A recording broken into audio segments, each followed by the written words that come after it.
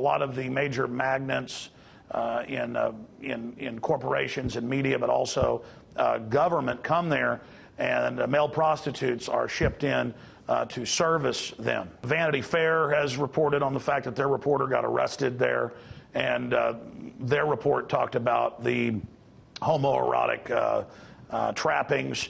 I know that when I was there, I was being whistled at and followed around like it was a Looney Tunes Pepe Le Pew cartoon, and I was the cat to the point of I had to just hide in the woods until it got dark so I could videotape the ritual. You would be walking down the forest paths on the 2,700-acre retreat that's in a gorge, and you would have men start walking up to you and saying, "What are you doing? What camp are you part of? You want to come party with us?" You'd have people whistle at you.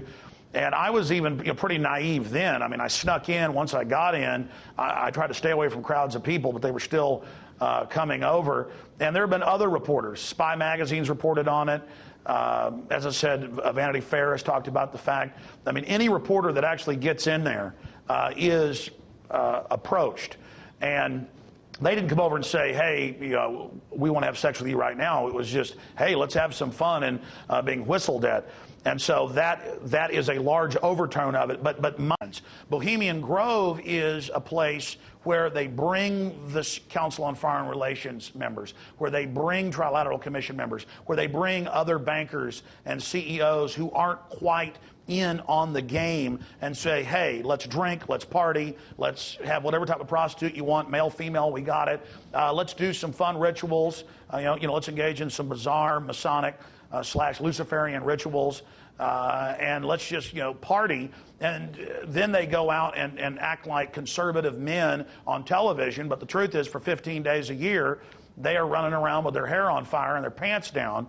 And again, it's Richard Nixon that said, I mean, if you want me to quote it, he said it's the most goddamn, I mean, is it all right if I quote Richard Nixon? Sure. You can pull it up. Richard Nixon said Bohemian Grove is the most goddamn faggy thing you've ever seen. And again, I don't say that in a hateful way. That's what Richard Nixon said about it, but he went. And did you see men running around with their pants down? And their hair on fire? Okay, do you really want to know what I saw? Yes. I saw large posters up with men dressed as women outside of some of the camps, with Henry Kissinger bent over, simulating sticking his fingers in his rectum. All right. And I'll just leave it at that. And again, you asked. I don't really, normally talk about stuff like that, so I told you. And yes, I did see, men pulling their pants down and urinating up against trees. But I think everybody does that in the woods. An FBI spokesman said today that so far the Bureau has not been able to corroborate charges that congressional pages have been pressured into sexual activity with members of Congress. And the spokesman said it's not a widespread, organized problem. Still, it is a scandal, but as Carol Simpson reports now, it cannot be considered surprising. ABC News talked with a 20-year-old former page who was interviewed by the FBI for 2 hours yesterday. He gave investigators the names of members of Congress and congressional staffers he said shared sex and drugs with teenage pages 3 years ago. On at least one occasion, a certain official in the House invited several pages out to his house where cocaine and hashish and marijuana were freely available to the pages. If you could put a number on the number of congressional employees that you may have direct knowledge of involvement in illicit activity, how many would that be? Direct knowledge, 15 to 20. The names of congressmen alleged to be involved in the scandal have remained secret. But Idaho Republican Congressman Larry Craig, concerned that his name had been implicated, issued a public denial. Persons who are unmarried, as I am, by choice or by circumstance, have always been the subject of innuendos, gossip, and false accusations. I think this is despicable. The charges of wrongdoing by congressmen with pages has been described in a book written by a former page. In it, he states, "I knew of at least 2 homosexual congressmen, as did most everyone else at Capitol Page School. One of these congressmen actively sought out and apparently still seeks out homosexual relationships with minor male pages." Because he couldn't find a publisher, Stephen Valentine had the book published himself 5 years ago. It has been copyrighted by the Library of Congress and can be found on the shelves of the Senate Library in the Capitol. Carol Simpson, ABC News on Capitol Hill.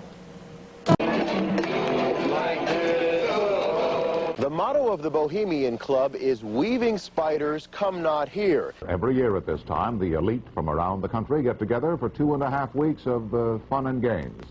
The media aren't allowed in. In fact, the Bohemians have a long history of secrecy. But some people say with this much power and this much money located in one place, there is more to the Bohemian Club than campfires and canoeing. Most of the Bohemians had left earlier knowing there might be some trouble. The stated reasons for the demonstration were the connections of the club's members to nuclear weapons research, the alleged political and business deals made there, and the exclusion of women from membership. Inside the compound, there have been persistent rumors about closet homosexuality. Don Heimforth, a former waiter, says there have always been relationships between club members and employees. One black waiter, gay black waiter, years ago said it's whenever they would come over to the employees' quarters, and he made the comment that it was not unlike coming down from the big house to the slaves' quarters for a piece of